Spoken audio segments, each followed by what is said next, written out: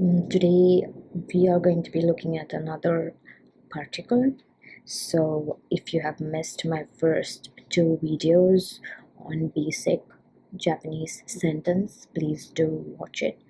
And so there is also a part of Japanese grammar that I just have it in the general playlist in case if someone just wants to know how to make Japanese sentence.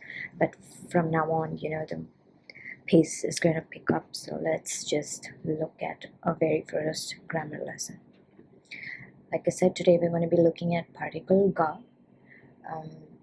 Particles we already know, which is a Japanese group to denote what is the usage of certain phrases in the sentence, the grammatical functionality. Particle is joshi. We have seen wa and no. Wa is the topic marker and no is a noun qualifier, and today we are going to be looking at ga, which is the subject marker. So now comes the million-dollar question, then what is the difference between a topic and a subject? Topic in a sentence, it just exists. It has zero grammatical value, whereas some subject is the receiver of the action of the verb, like it is related to the verb in a sentence. So I came across this beautiful example in a website called Nihon Shock. I think it was so beautiful. I'll try to see if you can follow. I'll try to explain it the way it was on the website.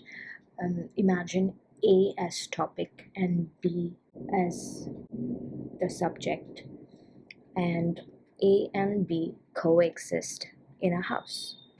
So the house is your sentence, whereas A is outside the house and B is inside the house. So what happens is A is just an observer, he's just a spectator. Whatever drama, the drama being the verb, is happening inside the house affects B, whereas A is unaffected because he is outside the house.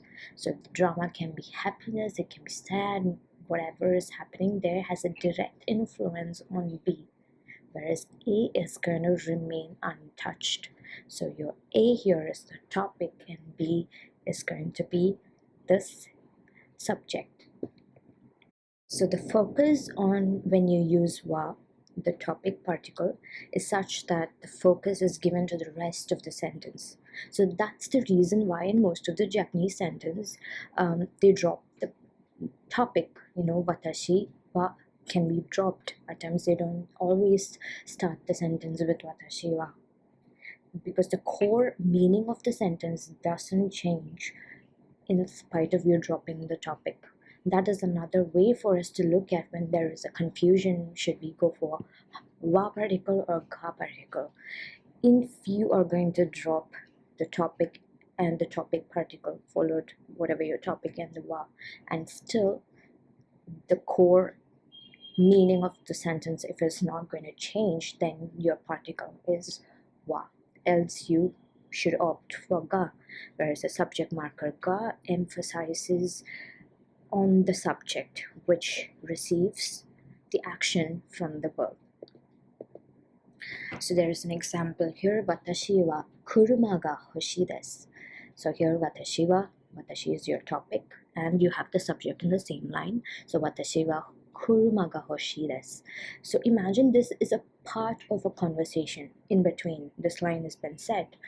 So it doesn't matter if the watashi, it's not like it doesn't matter. It doesn't make much of a difference to the core of the sentence, which is I want a car, wanting a car. So if I drop watashi wa, it's still going to be kuruma ga hoshii desu, and if it's going to come from me, the other person will understand it is my desire. So here, that's why I said dropping watashi wa is still not going to drastically make any changes to your sentence. In such cases, your topic will take the wa marker and the subject is going to take the ga marker.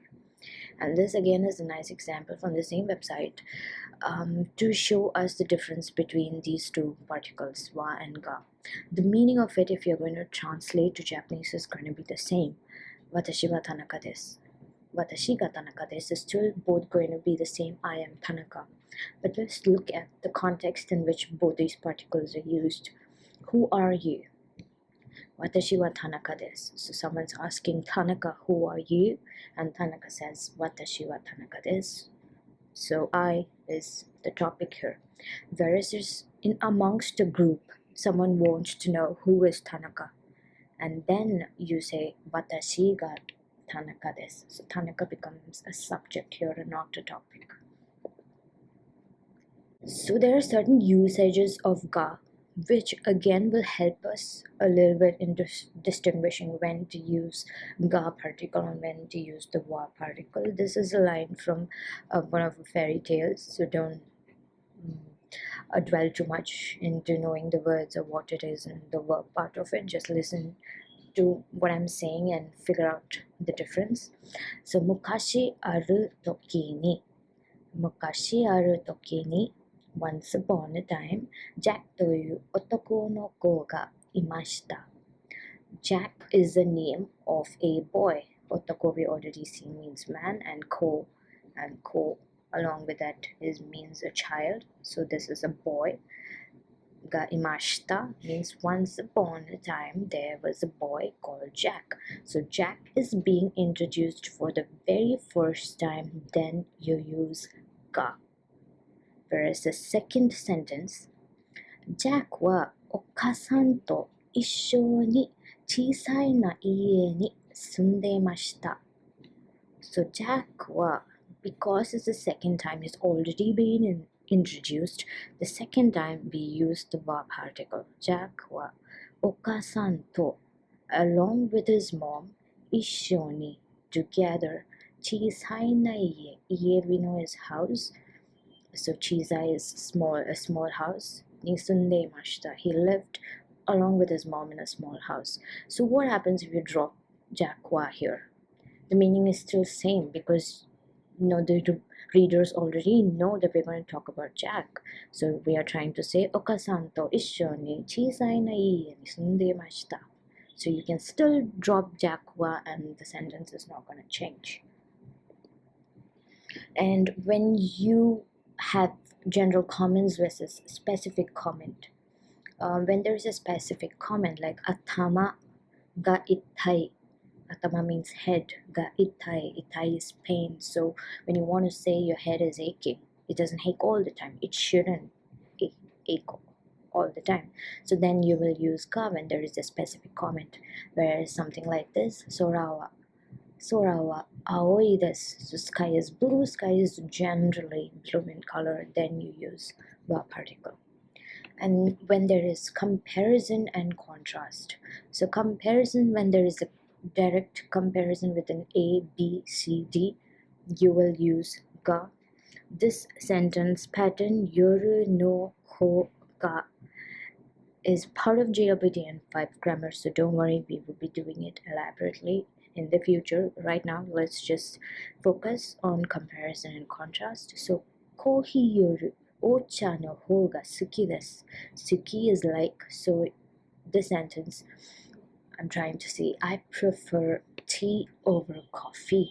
Kohi yoru ocha no hou ga ii ga suki desu.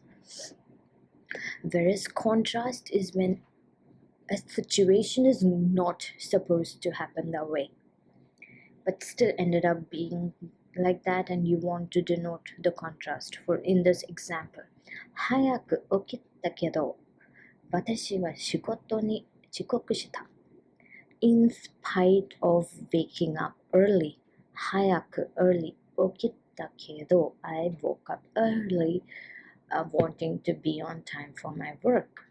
But now we want to show contrast. In spite of me taking that effort, 私は仕事 is work に遅刻 late. I was still late to work in spite of me waking up early. So when you want to show contrast, it will be wa particle. Whereas there's a direct comparison, you use ga particle.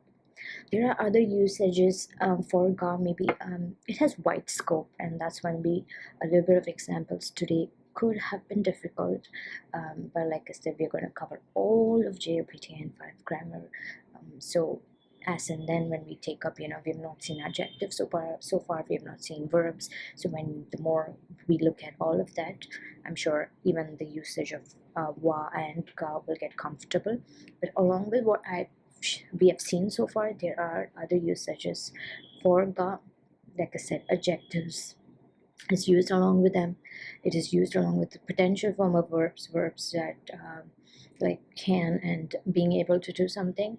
And it is used along with question words. This is the second video for today, so stay tuned. At least this part will be covered today. There are certain question words that we use in Japanese, and ga generally is used with most of them.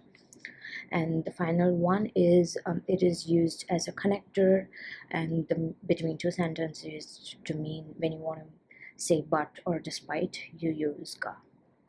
And so that's for today. See you soon.